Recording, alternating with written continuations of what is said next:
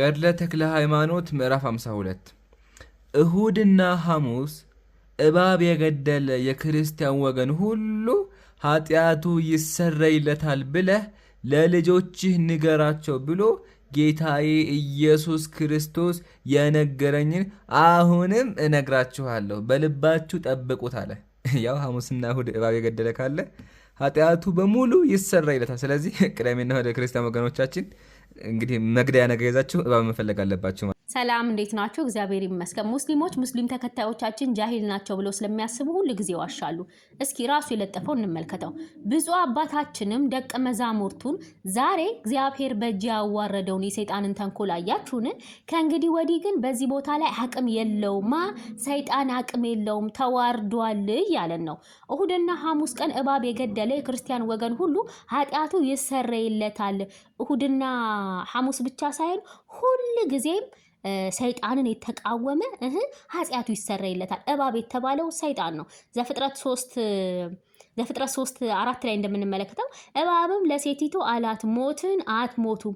ይሄ እባብ የተባለው ማን ነው? ራእይ 12:9 ዓለምን ሁሉ የሚያስተው ዲያብሎስና ሰይጣን የሚባለው ታላቁ ዘንዶ እርሱም የቀደመው እባብ ተጣለ። ስለዚህ እባብ ማን ነው? ሰይጣን ዲያብሎስ ነው። ሉቃስ ወንጌል 10:19 እነሆ እባብና ጊንጡን ትረግጡ ዘንድ በጠላትም ኃይል ሁሉ ላይ ስልጣን ሰጥቻችኋለሁ። ጌታ ኢየሱስ እባብን እንድንረግጥ ሰይጣንን ከእግራችን በታች እንድናውል ስልጣን ሰጥቶናል። ስለዚህ አባታችንም እያሉ ያሉት ያንን ነው። እግዚአብሔር በእጅ ያዋረደውን የሰይጣንን ተንኮል አያችሁን እያሉ እባብ ያሉት ማንን ነው? ሰይጣን። ሐሙስና እሁድ ብቻ ሳይሆን ሁሉ ጊዜም ሰይጣንን መቃወም አለብን። ግን ደግሞ እነዚህ ሁለቱ ቀኖች የተወደዱ ቀኖች ናቸው። ሁሉም ቀኖች የተወደዱ ናቸው። ሰይጣንን መቃወም አለብን። ኃጢአት መስራት የለብንም። ግን ደግሞ እሁድ ሰንበተ ክርስቲያን ነው፣ ትንሣኤ ነው። ሐሙስ ደግሞ ጌታ ኢየሱስ ክርስቶስ የማቴዎስ ወንጌል 26:26 ሲበሉም ኢየሱስ እንጀራን አንስቶ ባርኮ ቆርሶ ለደቀ መዛሙርቱ ሰጠና እንካችሁ ብሉ፣ ይህ ስጋዬ ነው አለ። ጽዋውንም አንስቶ አመስግኖም ሰጣቸው፣ እንዲህም አለ ሁላችሁ ከእርሱ ጠጡ፣ ስለ ብዙዎች ለኃጢአት ይቅርታ የሚፈስ የአዲስ ኪዳን ደሜ ይህ ነው አለ። ስለዚህ ጌታ ኢየሱስ ክርስቶስ ደሙን አፍስሶ ስጋውን ቆርሶ ዘላለማዊ ምግብ የሰጠን ቀን ነው።